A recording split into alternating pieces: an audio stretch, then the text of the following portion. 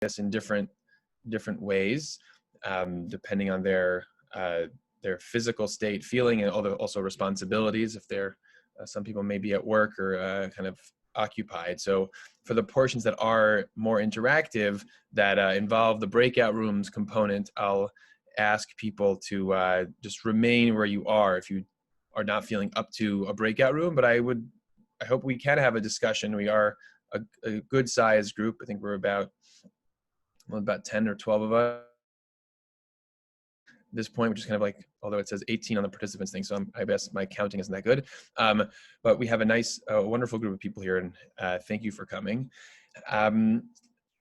So here is the kind of the premise of the conversation, and I kind of want to pose it as a question. Yeah, if you're my Shoshi, my wife is in another room to avoid the echo of death suggested, I think, if you do want to share things you want to in the chat, you also feel welcome to do that if you're not feeling up to talking. But I certainly cannot talk for the next 54 minutes. So I will be looking to everybody to kind of help me out. So the goal for this shiur, for this conversation, is to kind of think about there's a purpose, and that is, this is a kind of a combination platter of at least two places of my life that I've become close in synagogue life, as well as some friends who've called in, who are interested in doing some learning and some contemplating on Tisha B'Av. So again, thank you all for being here. And the goal is to enable us to, from the Riverdale Minyan community, which is kind of my most local, where I daven, and my Eitz Chaim family, which is the community that I grew up in Queens, where Rabbi Moshe Rosenberg was the Mara D'Asra, who gave me a lot of encouragement in my direction and learning and things like that. So it's trying to use this moment of Tisha B'Av, to kind of think about communal tragedy, which I don't know about everybody's personal experience, but communal experience, the idea of a communal tragedy is something that 4 months ago, if you would have asked me, I would have been a little bit, I wouldn't have had a real example that I lived through or experienced. And so I think today we're in that type of moment. And so I think that's one of the prompts that got me thinking about this topic.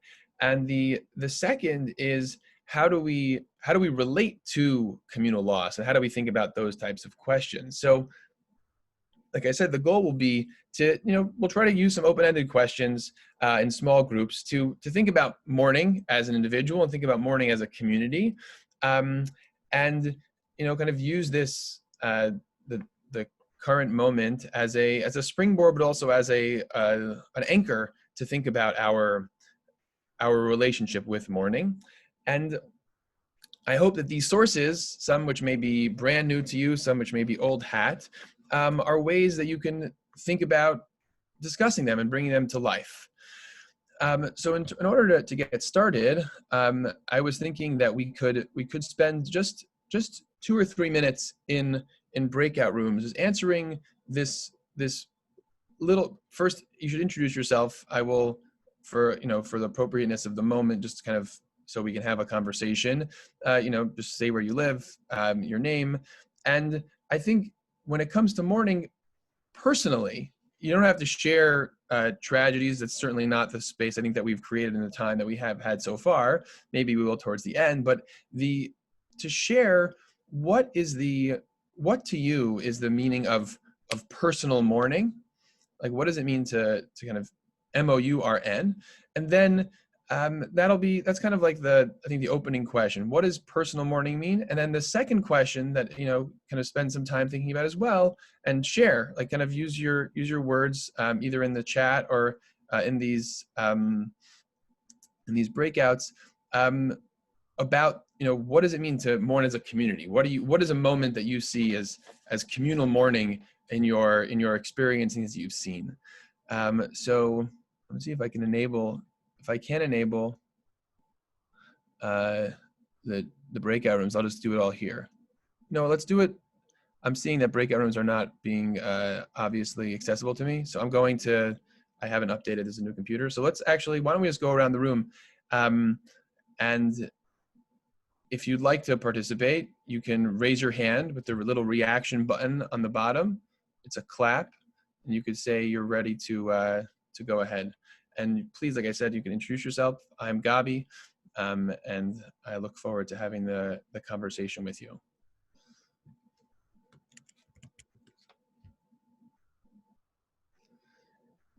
Danny, why don't you go ahead? Let's turn my camera on. If you feel comfortable, maximum invitation, minimum pressure. Hi guys, I'm Danny. I live in Riverdale, about 3 blocks from Gabi. I appreciate you doing this. So to be perfectly frank, I find Tisha B'Av to be a bit of a chore. That being said, I'd rather do Tisha B'Av than another Shavuot. So I'm kind of grateful that we have access to our computers for one day rather than, go under the hood for 2. But I don't really relate to the collective mourning. All 4 of my grandparents were born in America, so even just the connection to the Holocaust is sort of peripheral for me personally, for better or for worse in that regard. But I would say that this is sort of a blind spot for me in my Jewish education, Jewish experience, Jewish ritual, and so on. That being said, I actually found last night's Eicha more meaningful than ever. The idea that we all don't have to gather in the same way, that people could have just taken the night off and nobody would have been looking for them.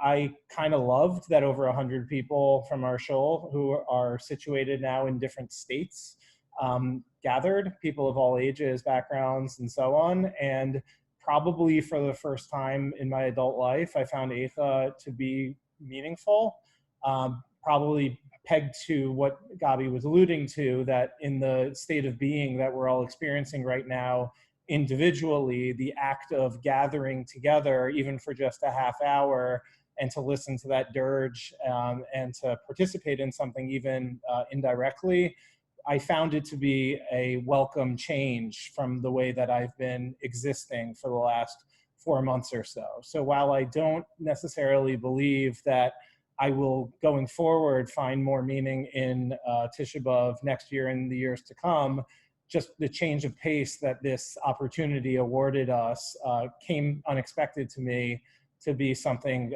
quite significant.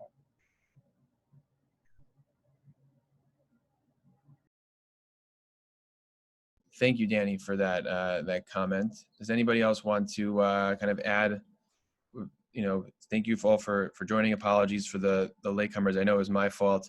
The link was incorrect. We're answering the question, kind of going around popcorn style via the reaction button, as Chana is next in our queue, to share vocally. And if you'd like to share something with text in the side here in the chat, feel free to do that as well. Of what does mourning mean to you personally, and also as a separate question, what does mourning mean to you on a communal level? So there are 2 different questions, and you can kind of choose one to refer to. Chana, why don't you go ahead?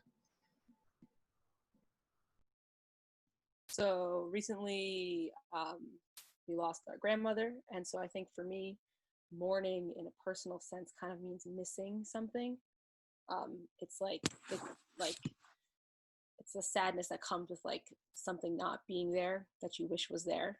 And I think that you can expand it to the community level. And this is something that the way I connect to Tisha B'Av is kind of missing it. It's what's incomplete about our community and our Judaism, I feel, is the lack of a united Beit HaMikdash and and Eretz Yisrael and all that thing. So that presence of even a Yerushalayim Habnuyah, even when you're in Israel, you feel that missing. So I think that for me, that's how kind of right now I'm thinking about mourning is on an individual level, missing the individuals who I just miss because they're not around anymore. And then on a communal level, missing just the unity or just a central point in Eretz Yisrael where we could all gather together. So yeah.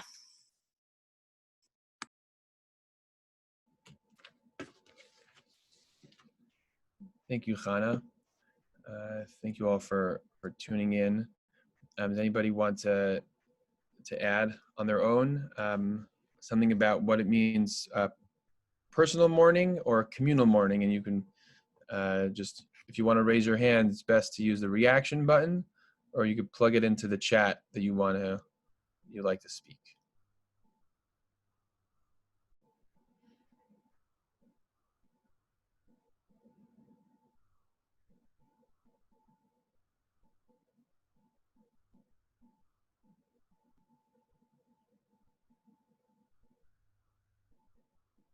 Oh, awesome.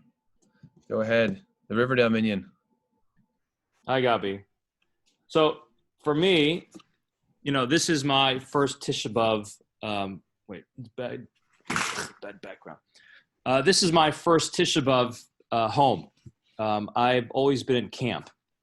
And Tisha B'Av in camp is a really special and unique experience. When you do the singing, the mourning, or not more, well, however you want to define that, with 1,000 people, 1,500 people all together, who are all there for the exact same reason, it certainly has a different meaning to the whole thing. And this was my first time here.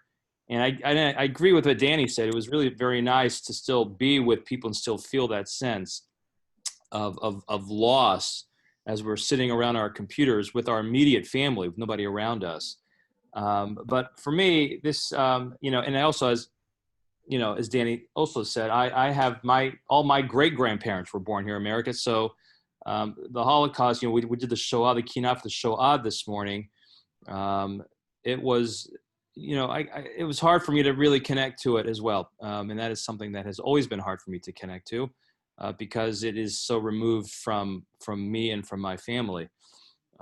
But just kind of being here and not being in camp, I guess for me, in part is also a kind of mourning for me because it's not where I wanted to be, obviously, but it's also, it's also a wonderful thing to be able to still be part of a community like this that we are doing, that we are all in this kind of together.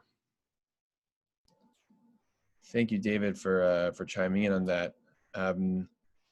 As we asked that, I want to acknowledge the added individuals who've joined us here, answering this question of what does mourning mean. I think to some extent what you're touching on, David, is that we have like systems of mourning that we're used to, and there's in this particular moment, it could be very different, and for some people it could be exactly the same as they've been mourning for a long time. Just to kind of push a little bit, in thinking about this question of mourning, we don't have to always mourn things that are entirely lost or people who are no longer with us, but there are also things personally that we can mourn, whether that be loss of a job, loss of certain physical abilities, loss of, there are many ways to think about loss. And so I see we have another person who's ready to share, but I think that's kind of to add that in. We are, in a sense, for some of us, in a place of mourning, just based on the very situation that we're in. Bradley, would you chime in? Yeah, sure. Thank you again, Gabi. When I think about mourning, personal and communally, I think a lot about adapting to changes and living with the reality of things not being what we're used to or what we expected. And that plays itself out in Hilchot Avelut and plays itself out on Tisha B'Av as we're sort of figuring out how to adapt to the new realities as they unfold. But, from the beginning of all of this, thinking about all of the COVID and everything, thinking about how we've needed to adapt and mourn the loss of normalcy in our life. And how all of our Hilchot Avelut, I always think about it whenever I'm learning them, that like they are physical manifestations of that grief and of that grief of the loss. So, often we think about mourning very often, exactly what you were just saying, Gabi, very often around loss of life and very often around loss of these major infrastructures and communal pieces. But really, I think, mourning happens on lower levels all the time. whenever those expectations aren't able to be met, or there's some kind of major change in the way that we need to function.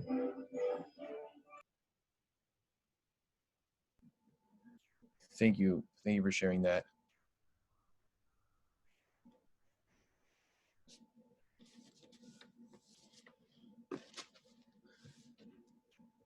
So I think the we have a lot to unpack. We have this idea of dealing with the current moment of a kind of alternative law style, which for some, mourning style, for some in particular, the idea of mourning by yourself or with your immediate unit of what is at home, if that's just yourself or other people, is kind of heightens or highlights mourning that maybe previous Tisha B'Avs did not have. For some, it's the same as last Tisha B'Av, even if it feels like it's different, but that's just how things are. And I think for our next kind of in this tour, what I'd like to do is actually taking a look at a source sheet that I've prepared. It's lengthy, and it's a link here that I'll share in the chat. So those of you who are super savvy, I invite you to do a little to click that link. If that like totally freaks you out and worries you or will make it challenging, I'm also going to share my screen. I think my disembodied voice from behind behind this will be helpful if I'm allowed to, although it seems that my computer has some sort of heavy anti sharing ability, which is suboptimal. Hold on a second.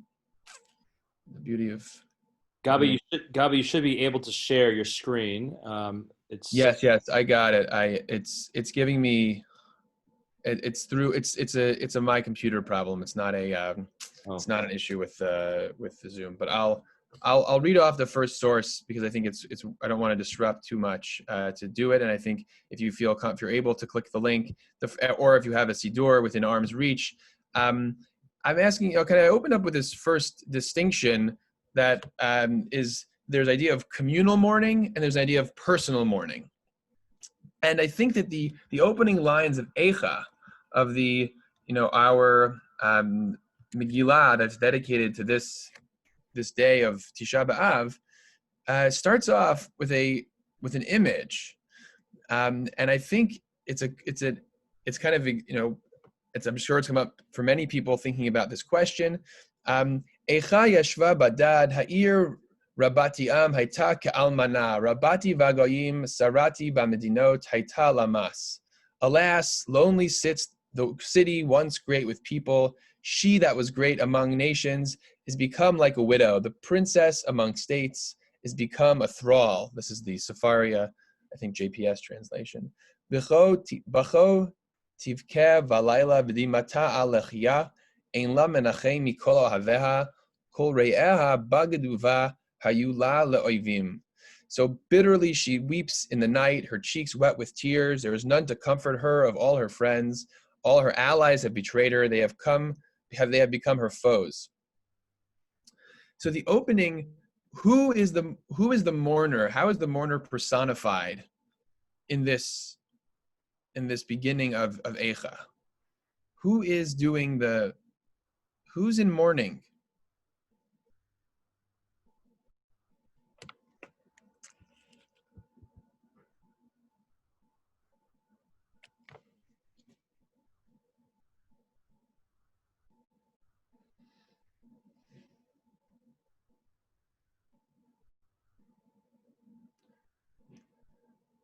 Not a rhetorical question. So if you'd like to, oh, great. Chana's chatted in. Excellent. So Chana chatted in the city.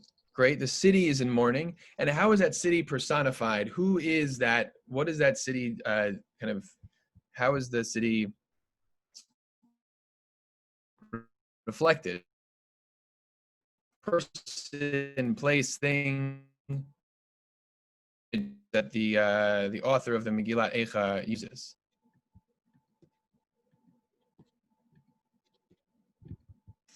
Right. So Shoshi's chimed in the chat. For those of you who don't see the chat, it's like a widow, like an almanah. The opening image of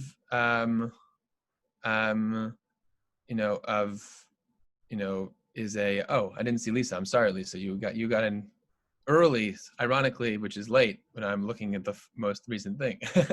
So the the idea of mourning, the one, right? We're not, Eicha will go into great detail of the tragedy that is, that was, and that, that is still continued to be memorialized with Tisha B'Av.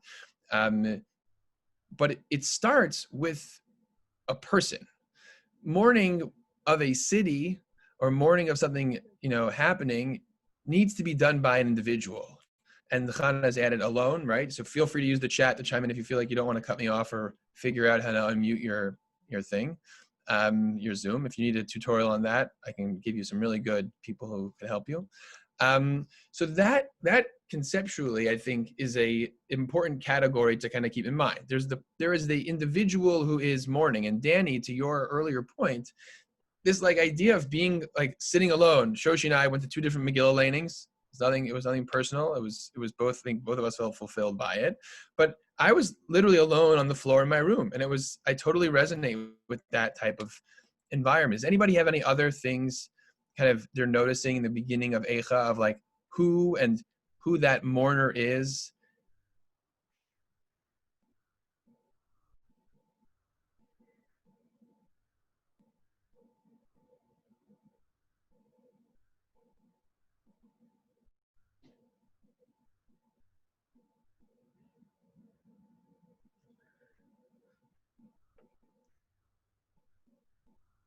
Awesome. So whoever watches the recording of this will notice there'll be pauses, and I've learned the facilitation method of the awkward pause. It's important when it gets awkward. That's when people will talk. But with Zoom, it's like hyper awkward. So I need to like be more patient. But I want to also be mindful of the time, and I want to get through a couple more of these sources because I think some things that we've talked about will resonate on the newer frontier of mourning. So the second source, so Lisa has added an extra kind of flourish to this idea of loneliness. That it's not like her friends and her allies have all left her alone. This widow, right? So this, it's kind of the city state, right? And like thinking about the Machiavelli kind of approach, that there's like a kind of a personification of a city and an ear, and that is this widow, and that an ear can be totally set off the path from the community. When it comes to source, if you can see it, if you do see it on the share thing enabled, but the second source that I have is one of the keynote that almost everybody says. In the keynote, there's like this choose your own adventure experience of going through. Which ones do we skip is always a big question. But the one that we almost all of us say, I imagine, if you were saying keynote last night, was the Zachor, right? The Oy Mehayalanu refrain, Zachor Hashem Mehayalanu. So I'm going to ask a familiar question. Who is doing the mourning there? Who is the mourning in this second source, this second kina? You can take a look at it if you want to refresh your memory of what it says. But who is doing the mourning?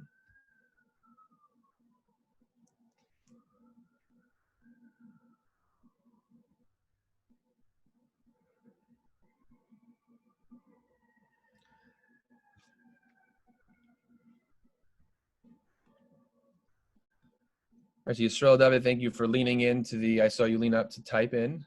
That's exactly right. So there's it's a group mourning here. It's B'nai Yisrael. The Oy Mehayalanu is not the ear. It's not the widow. It's a community.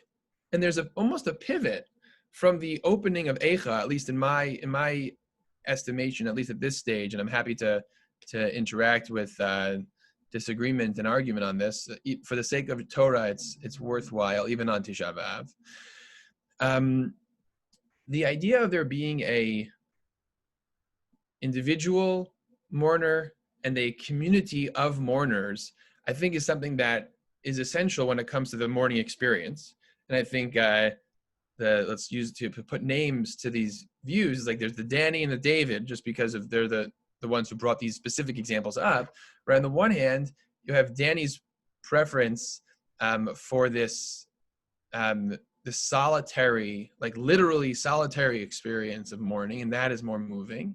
And on the flip side, you have the camp mourning experience, which is a community of 1,500 people, 500 people, even just a synagogue in person. You have a Oy Mehayalanu, the resonance of that line, Oy Mehayalanu, is, to me last night when I was reading it, felt a little empty, because you're solo. You're with, you're just by yourself. Like, who? Lanu, just me. It's Gabi. So I think that's one of the, in terms of like kind of mapping out some categories of mourning here in this, in our conversation. Thank you for those who are participating both via text and via your voices.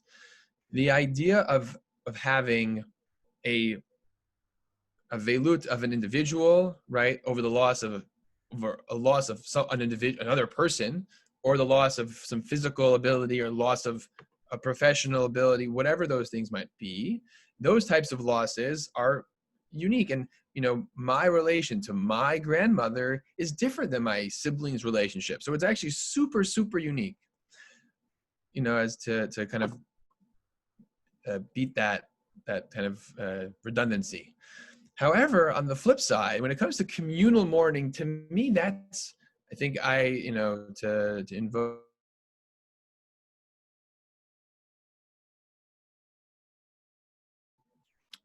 a challenge with communal mourning has always felt resonant with me. Like, this community, what is this community? It's amorphous. It's hard to really pin down who's doing the mourning. Isn't a community just made up of a lot of people? Like, what does that actually look like?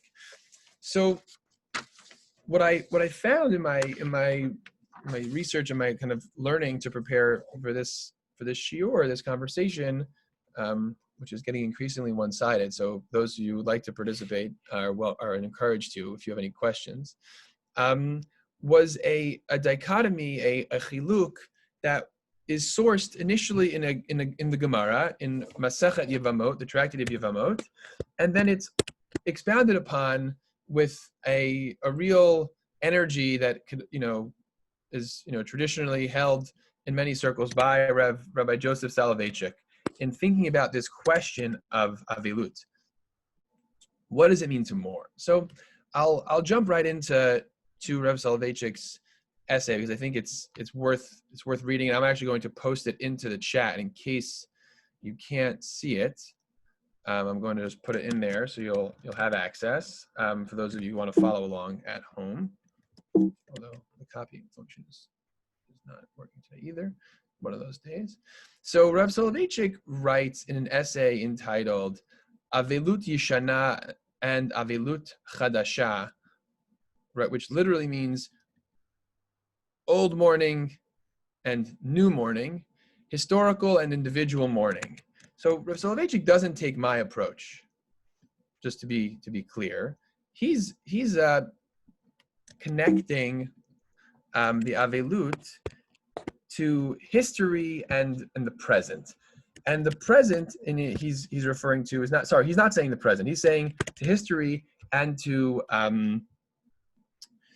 personal mourning. And so I'll read this to you aloud so you can hear it. As I mentioned, the copying and paste function, apparently Zoom doesn't like to do that either. So the Gemara in Yevamot this is Rav Soloveitchik's writing. The Gemara Yevamot 43b distinguishes between Avilut Chadasha and Avilut Yeshana, new mourning and old mourning, old historical mourning, or expressing the same thought in a different idiom, Avilut Diyachid and Avilut Dirabim, private and national communal mourning. The first, Avilut Chadasha, is caused by a death or a disaster, which strikes a family or an individual. It is primordial, instinctual, spontaneous response of man to evil, to the traumatic confrontation with death, to the impact of catastrophe and disaster. It is an existential response, not only one that evolves by the application of artificial stimuli. Can somebody kind of recap what Rav Soloveitchik is saying? What is new Avilut? What is new mourning according to Rav Soloveitchik?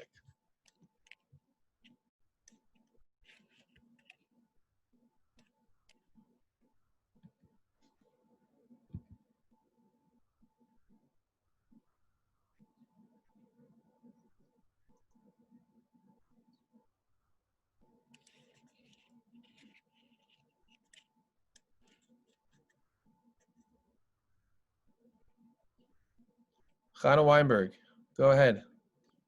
It seems that Reb Soloveitchik is saying that new mourning is one that comes to an individual and it happens instinctually, as like a gut reaction to something that they're experiencing.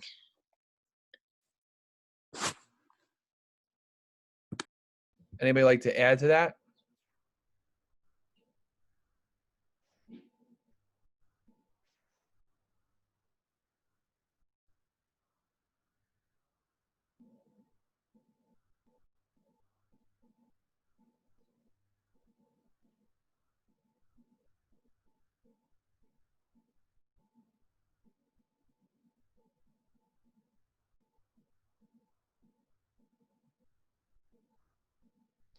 So the idea that, thank you, Chana, the idea that there is a way to mourn that is visceral. That's just like, this is what you do when something bad happens. So anybody, let's try to chat again. What is to you a visceral reaction to something sad happening? Let's type it in the chat. I'll call them out. There are no wrong answers.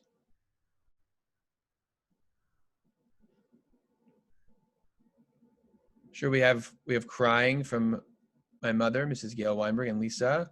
Yisrael David shared that shock, kind of like being struck by something happening.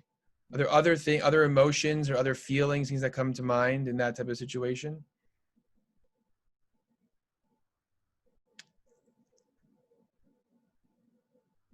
Right, so we have some more. We have Josh Zatok shared the idea of withdrawal, like pulling back, and we have the idea of disbelief from Shoshi and Lisa with sharing the idea of rage, like kind of a reaction. There's confusion from Chana, and there's the idea of Yisrael David for sharing the idea of terror, kind of like just total fear, and then kind of taking the words right out of Mira's mouth here on the idea that there's kind of this relationship between kind of our reaction to moments of tragedy that are personal. And so that's, I think, an important, it's cool to see that Rav Soloveitchik is acknowledging this. And what he does in this essay, which if you have the link to my source sheet, you'll also have the link to the essay. I linked to it there. He goes at length to explain the idea how there is, to some extent, these internal reactions that we might have, like crying and shock and fear and confusion, all those things. And on the flip side, there are actually some mandated rules about what we need to do. So from your own knowledge, you may even have some of these things in the back of your head, but what are some examples of like the mandated things that we do in the Jewish tradition? What are things that people are expected to do according to halakha that kind of evoke or invoke some of those fears as well, some of those feelings as well? And if you want to, you could say it, either raise your hand or you could share in the chat.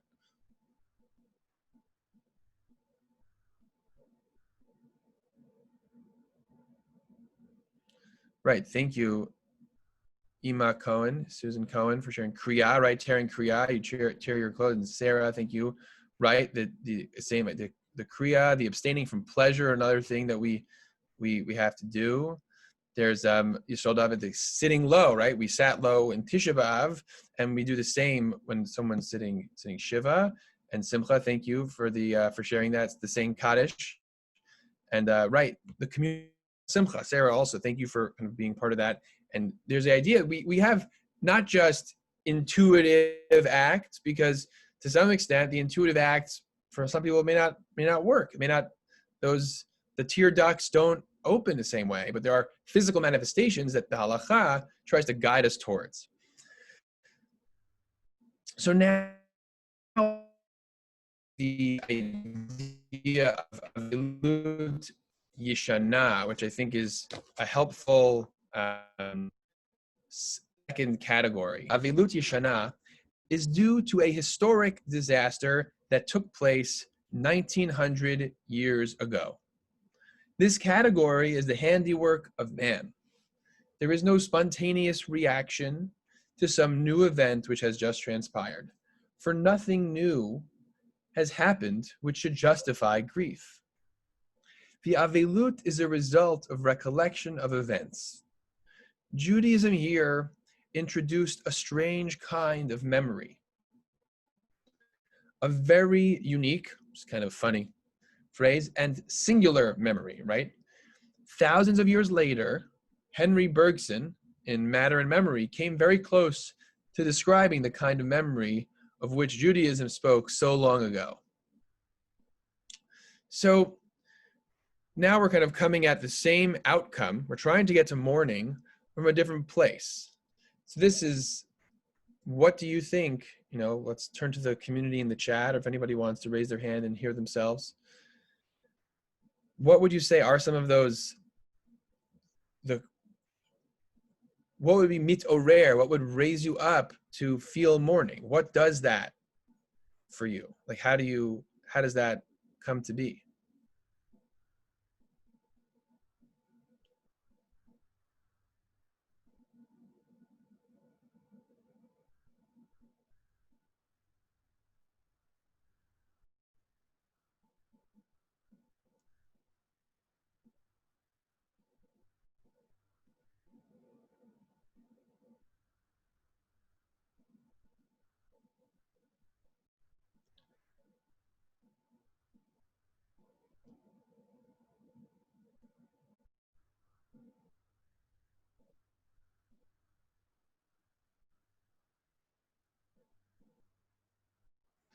Right, so my mother shared here, being part of the community, this is a shared experience as opposed to individual mourning. So it's almost, is it impossible to have communal mourning by yourself, would be a question that I think we might want to talk about. Yisrael David shared the idea of learning about what happened, right? This is kind of an education. There are some people who do this. Well, you have to learn history so as not to repeat it. It's like kind of like the famous, that maybe it's apocryphal, maybe not, but that line is kind of comes to mind thinking about mourning. And Rav Soloveitchik outlines in his essay, thank you, Mira. Oh, excellent. So it's hard to mourn something to which you cannot connect, but there are tragedies to which we can connect. So this is, you know, for the longer version of the Shiur would be going through like 15 different keynote and like, you know, taking them apart and seeing where do they fit in the Avilut Yeshana versus Avilut Chadasha. Like, is there a way to kind of read the Paitanim, these authors of these keynote? What are they trying to do with the way that they deliver their kina? Like, how is that coming together? But I think that and that question of this old versus new, the Avelut Yeshana, as Rabbi Soloveitchik outlines, also has laws associated with it. And so now if I asked you, what are the laws of the 3 weeks? You don't have to write that now. We've basically recorded them in reverse order in our chat because they're very similar. They mirror, as Rabbi Soloveitchik tries to explain, in between the two, it's kind of the inverse. Whereas Tisha B'Av, whereas when you mourn, the first day of sitting Shiva is the most intense, the peak of the mourning, the dictated mourning. For us on Tisha B'Av itself is actually the highlight. I say that a little bit tongue in cheek. It's not really necessarily so positive for many people, kind of based on how they're feeling and all those types of things. But the idea of mourning needs to be mitorer by external factors, even more so. It's very, if someone has a blessed relationship with a family member or a parent or a mentor, and that mentor passes away, it's relatively simple for someone who's, who feels the kind of the typical range of emotions to feel that sadness, to feel that confusion and that fear and that terror and that all those types of things. However, on the flip side, when it's something that's so distant, it is tremendously difficult to bring that up. And so we put in these tools, these checkpoints for us to get to the place of mourning. However, I think the elephant in the room, for me at least at this moment, is living during not just a national tragedy of the Jewish people, but a global tragedy of coronavirus or COVID-19. And so what I want to do for the last quarter of the time we have together is I put in 2 keynote excerpts. Well, one is a kinah that was produced by 2 friends of mine. Their names are Ben Goldberg and Daniel Olson. That was called Elitzion, and it's it kind of follows the same cadence as Elitzion that you may be familiar with from the kind of the traditional liturgy, but specifically focuses on coronavirus and like the description of what happened. If somebody who has access to my Sefaria page, and in this call right now, able to read the first stanza, actually read the first 2 stanzas of this piyut. Do I see a volunteer? Feel free to use the clapping thing.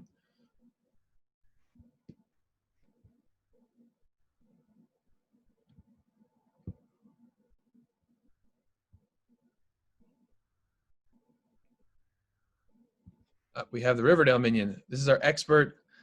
If it's assuming it's David. David, go ahead. Don't forget to unmute. There you go. Of course. All right, where am I looking again? I'm on your Sefaria sheet. So it's the source that's called Elitzion ve'areha, excerpt by Daniel Olson and Rabbi Benjamin Goldberg. You can read it in English. I got it. Okay. Elitzion ve'areha kemo Torah ba'aronoseha uchesifra badad eino nikra kol os ba rechoka mitzme'eha. Ale avle mishpachta nemnaim mikivroteha bia bate avos mukim ma'avirim et machaloseha. Ale gidolei toratza avda chachmasam milom deha bi'al damam asher hutaz b'meshach tzinrur ush pizeha. Ale havel tino koseha asher damam bevate sifareha ve'al va'ados asher chilku es hanishamas mechono secha. Awesome. So it feels weird, right? Because it has the right. You could read it in the same tune, but the words are different because we're not familiar with them. This is brand new. It's just written. Anybody want to take a stab at the English translation? I'm happy to jump in for it if that's because I think I do want to be mindful of the time, and I did say we'd be done at 4. So wail, O Zion, and her cities as Torah trapped in all of its arcs, and like its scroll left alone unread, each letter distant from her thirsty ones, for the mourners of her families held back from her graves, and for the stricken nursing homes, spreaders of her diseases, for the great ones of her Torah, their wisdom was lost from her learners, and for their blood that was splattered during the intubation of her hospitalized ones, for the breath of her babes, which was silenced in their schoolhouses, and for the committees that distributed her ventilators. So coronavirus, COVID-19, is this avilut chadasha or avilut yeshana? Is this a new mourning or is it an old mourning? We could do a poll. You can use 1 if you think that it is a new mourning and type in 0 if it is an old mourning. Right into the chat. 1 if it's new, 0 if it's old.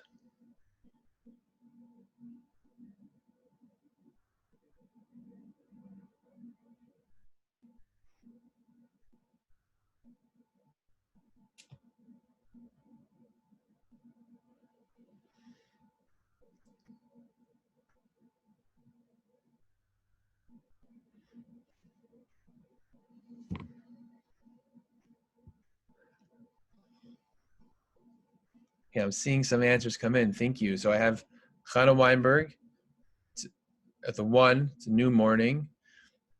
And Meira with the going off script, but it's okay. The details are new, but the concept is old. Maybe I'll turn to you in a minute or two to explain a little bit about that. Josh Satak, thank you for jumping in. It's both. Shoshi, it's new, but personal and communal. We have Ima Cohen, Susan, with both old and 1, 0 and 1, both new and old. And we have Mother Gail Weinberg. Depending on your experience, it would be one or the other, or both. So there's a lot to process. Anybody want to chime in with their verbal words, feeling up to sharing a little bit of what they're thinking, with this, either if you've chimed in on the chat or not, just a little bit of what you're thinking and why you chose the answer or what you would choose now. Hi. Sure. I'd say Go ahead, the details are new, but the concept is old. In the commentaries in the Art Scroll keynote, it says that there are several keynote that are seemingly unrelated to the destruction of the Beit Mikdash. There are keynote about the Crusades. There's a keynote that they think might be dealing with the Inquisition. There are a few keynotes about the Holocaust, and then there's this keynote that we just read, and then there's the one that I recently wrote about some of the contemporary tragedies of today. But there's a reason that we write new keynote, and it's that all of the tragedies can be traced back to the destruction of the Beit Mikdash and the Galut. So the details might change, but the concept is as old as the hills.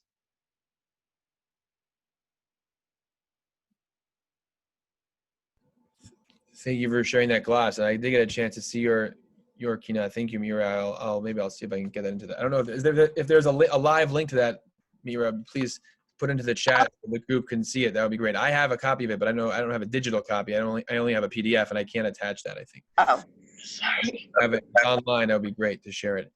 So I think that's an important kind of thing to keep in mind. And my question is, I think that what I'm thinking about will turn us to the next. I have a poem. I don't want to impute it the status of kina because the author did not write it that way.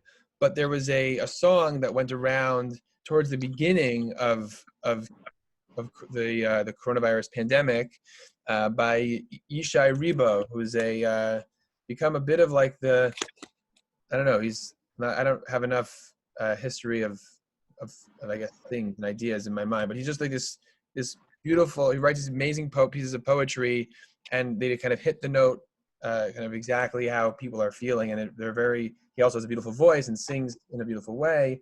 And I in the link, if you do have time, if you feel more comfortable, to thank you, Ilana, for sharing. Yeah, it was cathartic. That it's a beautiful song, but I think it's also in some ways. Where does it fit in our spectrum? How is he reflecting on the coronavirus? So I want to encourage you, if you're on the sheet alongside me, you can see this for yourself, but I will also read you just a couple of lines from it because it is a little lengthy. So he says, between Parshat Truma and Parshat Tetzaveh, a slightly different birthday partying. Everything seemed to be just fine. Stages full of people in love. Between Parshat Tetzaveh and Parshat Ki Tisa, Esther, Purim, drinks and joy. Who will stay and who will travel? And who will pay the consequences? Between Parshat Ki Tisa and Parshat Vayakel, the world stops gathering, to be quiet, to be closed down. Yishmael, Edom, and Yisrael. Between Parshat Vayakel and Parshat Pikudei, there's no one left, no one in the city or field, there's no one to deal with. The Tower of Babel is once again confounded. What do you want us to understand from this? How do we distance ourselves and draw near in this pain? We want to live with you and not be alone. what do you want us to learn from this? How will we know how to unify in this separation? Until we give you the Keter Melucha.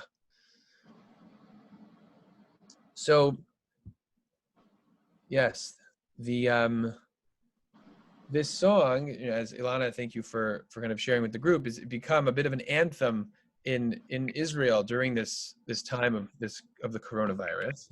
And my question to the group is,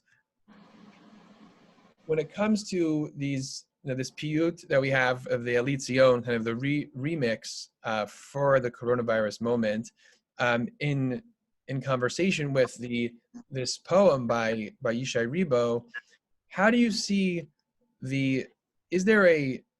which categories does this fit into? These piyutim themselves. I think that to let the cat out of the bag in the last couple of minutes. So it's not, I was able to hold you this long. Thank you all for being here. I do think there is kind of a confluence of both, and depending on the moment of when you're mourning. So things that could be immediate and things that could be more old, you have to be tapped into.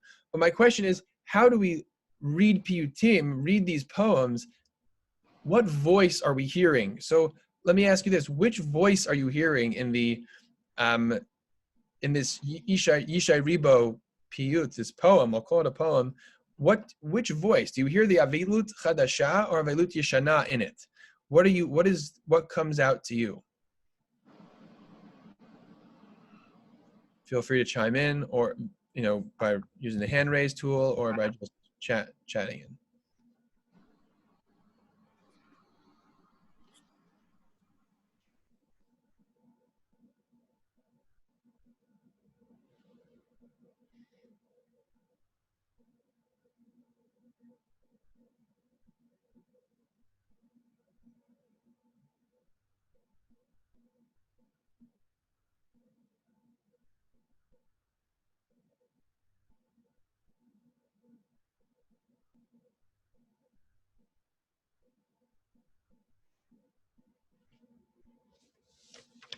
So I'm not going to belabor it if there's I think this is a pretty, I think the moment in history, or in, I guess, the present, still remains quite shocking and hard to process. So the silence, I'm not seeing it as a disengagement. I'm seeing it as a kind of just people being thoughtful and thinking about how do you categorize these piyutim. I think that using in the more, I don't want to say retrospective, and the Elit Zion kind of, like I said, this redo, kind of using the corona as this, as an image there, has this almost like this attempt to be, in my mind, more Avelut Yeshana style in my head, because I think there's like a certain reflective turn that it takes, this, it's still describing it's Zion as a singular, but I think there's still like a plural trying to evoke a communal relationship. And I think when it comes to and I think that's, in these images are all horrific, and they're harrowing, and that's what the keynote do on Tisha B'Av. They kind of show us these horrible images, but they are mitorer, they bring about communal mourning. And I think when it comes to the Yishai Ribo piyut, I think this is probably for a different time that I think I need to think more about, and I'd be curious if anybody has any thoughts. I'll share my email address in the chat if you want to share any thoughts that you might have on this topic. Is the difference between a piyut and a tefillah. To some extent, the Yishai Ribo is another dichotomy. So I've really given you a lot today of like kind of differentiations between things, kind of the singular mourning, the communal mourning, and we have the the idea of Yeshana and Chadasha, old and new, and then there's this like the recapitulation versus a tefillah or a prayer. And I'm sympathetic to thinking that the Yishai Ribo song, why it's so resonant, is because of its kind of immediacy, and like that it has like a prayerfulness to it. But I'm still kind of ruminating over it, and I hope that thinking about these questions for each one of you who joined us today, I really appreciate you all coming out and spending some of this Yom Tzom this day of hopefully developing a meaningful connection, both with our personal mournings and Tisha B'Av is, there's the famous argument when they were considering establishing an alternative day for Yom HaShoah, like an alternative, a day for mourning the Shoah in particular. And Rav Soloveitchik himself was, if I'm not mistaken, of the opinion that we have a day on the calendar that takes care of quote unquote communal mourning.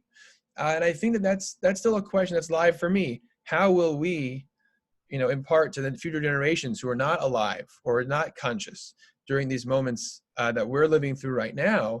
How will we impart the tragedy, that it still maintains some sort of avilut, the essence of the closeness of avilut chadasha that is not as difficult to bring about or to evoke for people, alongside a enduring avilut yishana. And I hope that this thank you for participating in this conversation in the ways that you all did, both as listeners and learners, and voicing your thoughts and feelings. And I hope this is interesting to you. And like I said, I did drop my email address if you have any questions or follow-up, things that I may have missed or things that you would want me to add in. Have a meaningful rest of your day. And if you want to read the essay that I sent, that's I would recommend the score sheet has a couple of pieces you can kind of check out for more reading and things that might be of interest. Thanks, Scott. Thanks, Gabi. Gabi, I'm going to put this on the on our YouTube channel, so you can I'll send you the link when that happens. All right. You can send it out to anybody if you want to. So thank you, David. Yeshikoach. Be well, everybody. Bye-bye.